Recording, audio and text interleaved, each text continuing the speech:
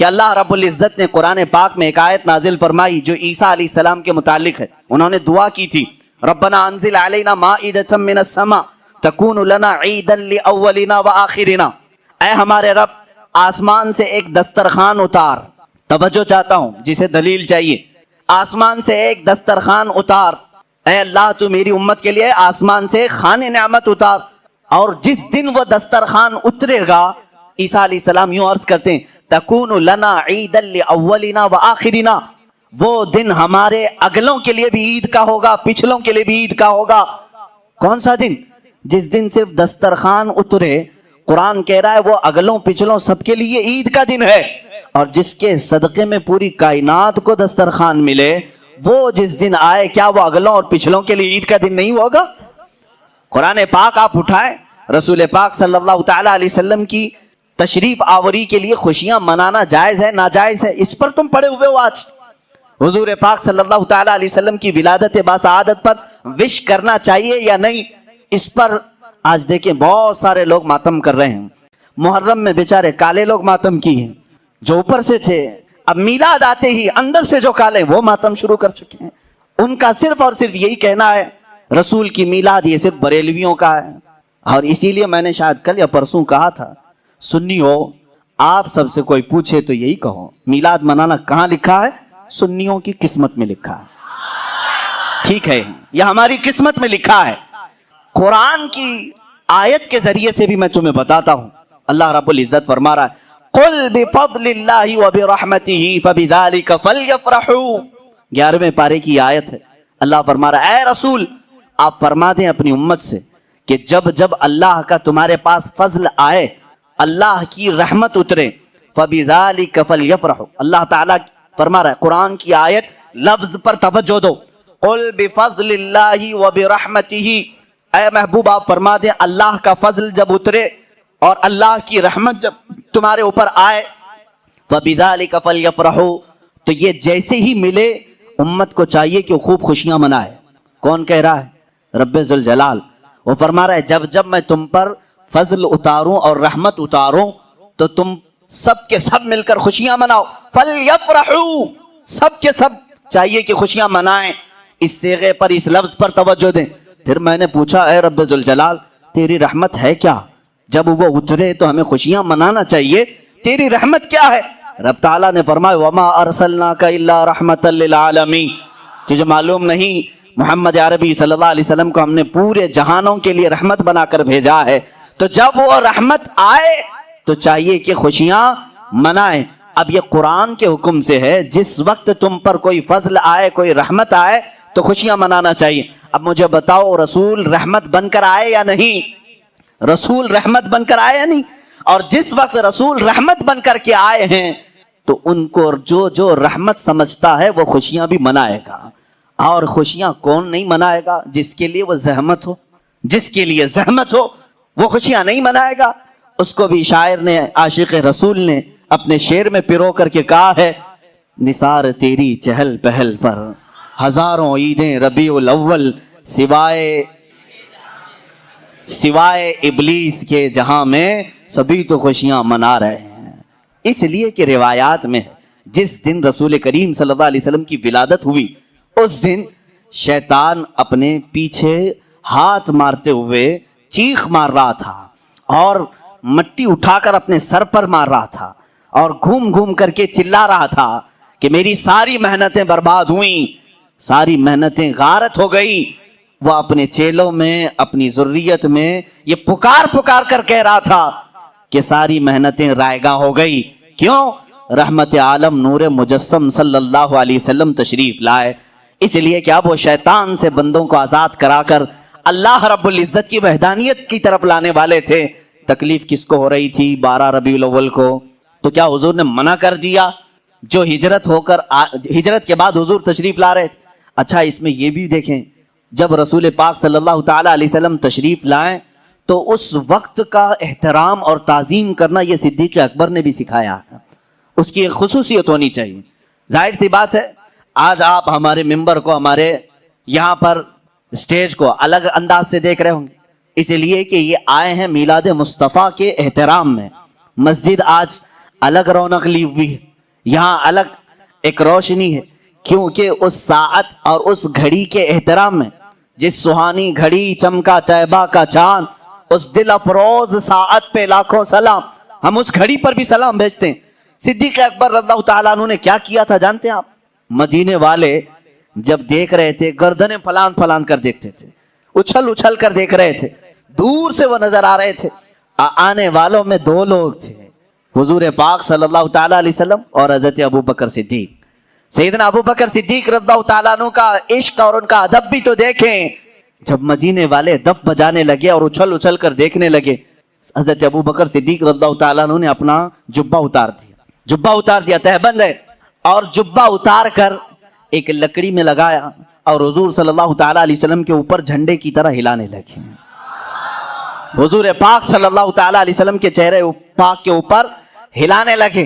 کیوں کیا ایسا انہوں نے؟ کیوں کیا؟ یہی تو ہم بھی کہتے ہیں، جب وہ آمد مصطفیٰ ہو تو ہم لہراتے ہیں، لوگوں کو بتاتے ہیں کہ یہ گھڑی عام گھڑی نہیں ہے. حضرت ابو بکر صدیق نے یوں کیا. حضور پاک صلی اللہ تعالیٰ علیہ وسلم نے ان سے پوچھا بھی، ابو بکر اتنے دن سے مکہ سے چلے یہاں تک پہنچے، وہ آپ نے جبہ اتارا نہیں، لہرایا نہیں، مدینہ قریب آیا اور تم یہ اپنا جبہ اتار کر کے لہرا رہے ہو. صدیق اکبر کے عشق کو لاکھوں سلام، ادب و احترام کو لاکھوں سلام. عرض کرتے ہیں آقا بہت سارے مدینے والوں نے آپ کو اب تک دیکھا نہیں، میں یہ سوچتا ہوں کہیں وہ غلطی سے مجھے رسول نہ سمجھ لیں. میں نے اپنا جبہ اتار دیا ہے تاکہ مدینے والوں کو پتہ چلے آقا اور ہے، غلام اور ہے. جھنڈے لہراتے ہیں تو پتہ چلتا ہے آقا تشریف لا رہے ہیں. یہ صدیق اکبر نے کر کے بتایا ہے. جب رسول تشریف لا رہے ہوں تو جھنڈے لہرائے جاتے ہیں، اس لیے کہ اس گھڑی کا ادب ہو، اس کا احترام ہو. مدینے والوں نے دیکھ کر ہی پہچان لیا جو لباس اتار کر آ رہا ہے وہ غلام رسول ہے، اور جس کے سر پر جھنڈا لہرا رہا ہے اگرچہ جبے کا ہو وہ محمد الرسول اللہ ہے. میرے آقا صلی اللہ تعالیٰ علیہ وسلم کے آنے کا ادب و احترام مدینے والوں نے بھی کیا تھا. اب میں یہ کہتا ہوں کہ جسے مدینے والوں کی خوش قسمتی ملی وہ میرے آقا کی میلاد منائے گا، اور مدینے والوں میں اس کا حشر بھی ہوگا، کیونکہ میرے آقا نے فرمایا ہے من تشبہ بقوم فہو منہم، جو جس قوم کی عادت کو اپنائے گا دنیا میں، قیامت کے دن وہ اسی قوم کے ساتھ اٹھایا جائے گا. اے وہابیو، تم مکہ کے ابلیس کے ساتھ غم مناؤ اور تمہارا قیامت کے دن حشر انہی کی جماعت کے ساتھ ہوگا.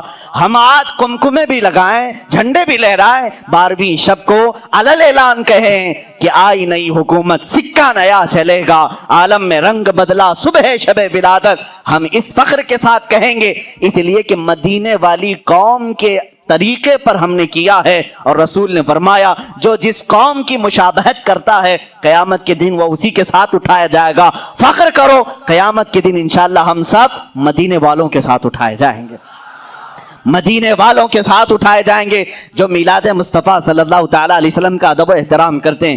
عزیزان گرامی وقار، رسول پاک صلی اللہ تعالیٰ علیہ وسلم کی میلاد کا ایک اور جواز ہے جہاں حضور کی تعریف بیان ہو رہی ہوں.